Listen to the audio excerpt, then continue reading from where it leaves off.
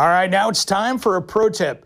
You know, I see it done wrong all the time. Here's how to correctly hook up a utility trailer to avoid any accidents and hurting somebody else. After that, I got some important safety reminders to keep in mind when you're thinking about those spring project. And you know something? It's something I'm working on myself. All right, guys, in today's pro tip, I'm gonna show you how we hook up a utility trailer to the back of the truck safely and make it easy for you. Let's do this. All right, guys, before we get started, let's talk about some basics here about having the right setup to haul a trailer. I'm not a fan of the bumper ball right here that goes through the bumper. It's not really rated for a heavy duty trailer, so you want to have a receiver hitch down there. And then of course you want to make sure this is rated for the trailer you're towing. That's a big deal. And then make sure that the ball and the trailer have the same hitch size, so that way this doesn't come off when you're going down the road. Make sure those are good, you'll be fine. Now let's hook this thing up. So the first thing I'm going to do is I'm going to set this thing down onto the trailer ball. So I'm going to take the pin out, release this. That's the part that holds the trailer on if you haven't done this before. And then we're just going to lower this down onto the trailer. Kind of do the same thing every single time, so I have this process in my head. That way you don't forget something. That could cause a problem. So now that we've got that positive click, you could hear that, I'm going to release this down and put my pin in. So that's not coming off there. So now I can go ahead and bring the jack all the way up because I want to keep that so I don't catch it someplace. Okay, that's out of the way. Next thing I'm going to do is I'm going to hook the lights up. Now you have a couple different light setups for trucks and trailers out there. This is a 7-pin. What I like about on the Chevy Colorado is I have either a 4-pin, which is really common, especially if you're renting trailers, you have a little boat.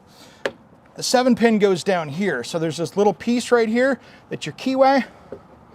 Set that in. There's a little catch on this, make sure that's down. That's not going to pull out. Now the next thing is our safety chains. It's probably the most common place that we see mistakes being made on hooking up a trailer. I'm going to hold these out of the way just to show you here. Down here is the important part. These need to crisscross. I want to see an X down there. Reason why is if this was to ever come loose, that'll catch down there and keep this from dragging on the ground. That'll keep it from ruining the front of the trailer. So let's get this hooked up. This part we'll talk about in just a second. So these receiver hitches have these little hooks up here. You can get that, and that just hooks right in. All right, now our piece right here, this is one of the most important safety pieces of this whole thing. This actually hooks onto that same hole down there that we put the chains on. Now, if this trailer was to somehow disconnect and you lost the chains off of this as well, this is kind of a dead man. This will lock the brakes up. So what that means is the trailer's not going to keep going down and get somebody hurt. So you want to make sure you get this hooked up into a spot down here and make sure that nothing's binding up. So I'm going to hook that on this one over here. Got that locked in. Now you want to have some slack here, but not drag it on the ground because that's just going to cause other issues. Since this is going to be turning, good slack is what you need. Now we've got this thing all set up, ready to go, and now you're ready to get some work done. All right, guys, today's pro tip, we're going to talk a little bit about safety. You know, we're coming into spring, or at least we're planning for it, and we got some big projects we want to tackle. Safety should be a part of that, and it's something that I'm working on as well. So you got me on your side on that one. Now here's the thing, when you're tackling projects around, there's some basics. One of those are safety glasses.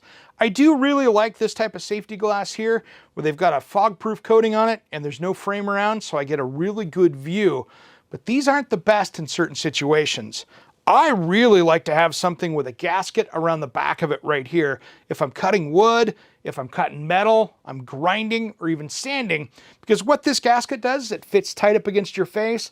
And so what happens there is if you get a piece of metal that comes up, hits you in the cheek, you're not going to bank it up into your eye and get hurt. So these are really nice for that. The disadvantage of these is they can fog up on a rainy day if you're working outside in the cold.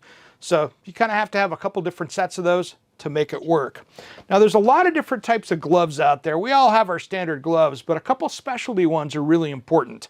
I'm a big fan of cut-proof gloves, and there's different classes of cut-proof gloves, but you know something? These here work really well. I picked them up, they were super inexpensive, and if you're working with glass or anything that's sharp, these are super good for keeping you safe.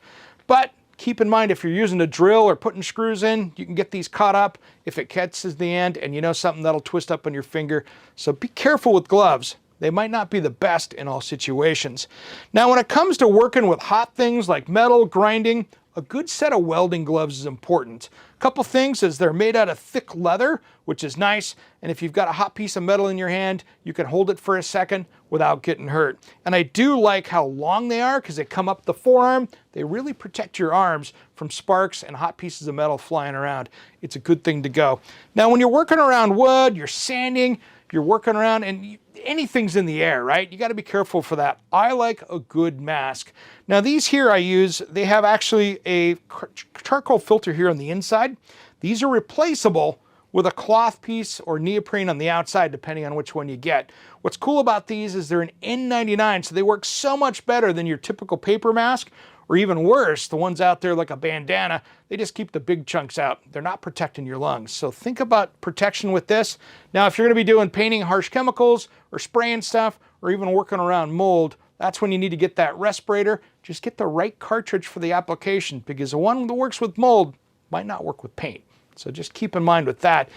All right, guys, now something that I'm personally working on is fall protection. And this is something that's pretty safe to do, and it's easy to tackle around your house. Now, what I'm gonna do is I'm gonna take a few of these things. These are these D-rings that I can mount. I can take their special nails, nail them around certain places around my house that I can tie off on. So when I'm up on my roof, no matter what I'm doing, whether I'm cleaning the gutters or anything else, I can actually put on the harness, tie off to this. I'm gonna be nice and safe. And you know something? Nobody likes falling off a roof. And for a couple $100, you can prevent it. So no matter what you're doing this spring, make sure you're following that safety stuff. It's gonna be a heck of a lot cheaper than getting hurt. And that's just gonna slow your project down. And that even gets more expensive. You know, I was driving down Highway 217 the other day, and there was a couple guys in a Toyota Camry holding down a piece of plywood, trying to keep it on the top of their car. Here's the best way to load up and tie down your lumber. All right, guys, today we're gonna talk about how to load up lumber and tie it down safely so you can get it home. All right, guys, before we load this up, I'm gonna pull my straps out of here. Last thing I wanna do is bury them. Put these up here. Just set them out of the way. It's always good to have a good collection of straps so you can tie things down. That way it doesn't move around on you. All right, now one thing I'm doing when I'm loading lumber is I'm starting to think in my head, how do I want to use it at the job site? So the stuff that I'm going to offload first is always on top. So what I like to do with this bed here is I actually get my straps on the side of this. I can put this down. So I can actually nose this in for loading up 2x4s and things like that. Let me show you how. Now, one thing to think about here, when you're doing this, make sure if you get out over 4 feet, you gotta have this tied down with an 18 by 18 inch red flag on the back of it. That way, you don't get stopped by the police. All right, I like to get these tight, and then I'll center the wood up here. If I'm just hauling like 5 2x6s like this, let me show you how we'll strap this down so it stays tight, it doesn't move around. So what I like to do when I get my ratchet straps out here, I like to get these all kind of untangled and set up. That way I can do it. So on something like this, I'm gonna strap down as low as I can so I can get it down there.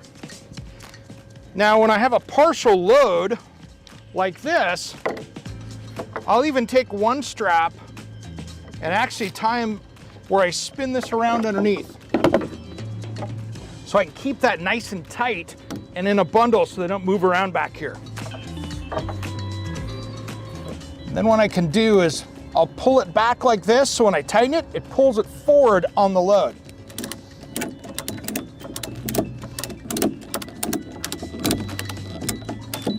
All right, that's not going anywhere. It doesn't matter if you got a handful of 2x6s or a stack of plywood. Chevy Colorado gives me a ton of tie downs. That way, I can keep it safe out there. Now, I've got a ton of work to do up here, so I gotta get back to work. Now, the big thing is, no matter what, tie it down, keep it safe out there.